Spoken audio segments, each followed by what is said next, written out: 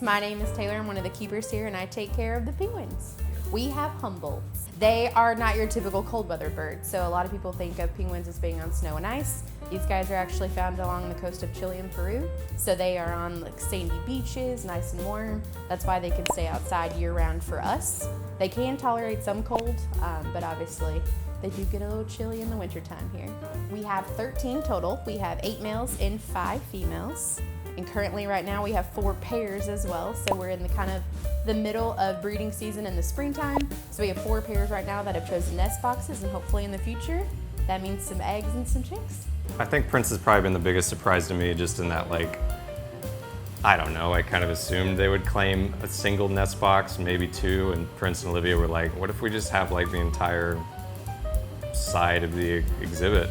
I'm still waiting on them to choose one, so maybe one day they will. So right now they are technically considered vulnerable, so we are doing everything we can here. Within the future, we are a fairly new colony here, so we are giving it a year before we can actually have chicks, but they are doing everything that they're supposed to be doing to make sure that we do have chicks in the future. People see the big movies about the emperor penguin, and they think that like all of their breeding is the same, that the male always takes care of the egg and the female comes back. They can have 2 eggs, they can have multiple seasons. Their food is going to be a lot closer to where they're at. It's not like they're going to walk across, you know, a temporary ice shelf to get to where their nesting spot is. That doesn't change, they're just on the coast. So they're going to trade off a lot more. They're going to range a lot less. They're not going to dive as deep. Everything about them is a lot smaller and more compact. Birds are pretty messy, typically. They poop a lot. Yeah, everywhere. And then fun penguin poop fact, they can shoot their poop up to 4 feet. So a lot of people see penguins walking on land and they are very not graceful. So they actually hit their stride in the water.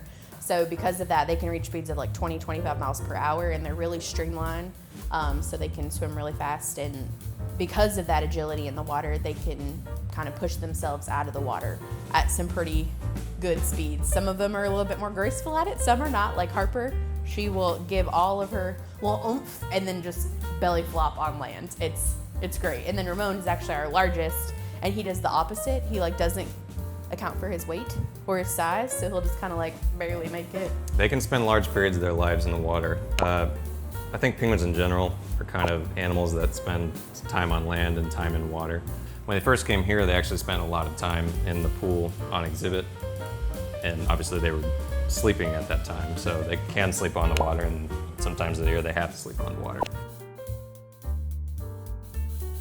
Yeah, just a general, I guess, ocean fact, and everyone is connected. So whether you're doing single-use plastics, reusing certain things, you're using like metal straws, water bottles, those kinds of things, all of that plays a huge factor. That means less plastic in the ocean, and that's where all of them live.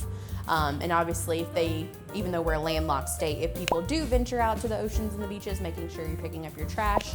If you do go fishing, you're picking up your lines and your hooks. Those do end up, you know, around wings, get swallowed, and of course, if fish swallow them, they eat fish, so it's like a constant cycle that we want to make sure that we're working on. So we actually got to name 2 of them. Okay. 2 of them came from SeaWorld San Diego, and they didn't have names. So he named Antonio and I named Oscar. So he's one of my favorites.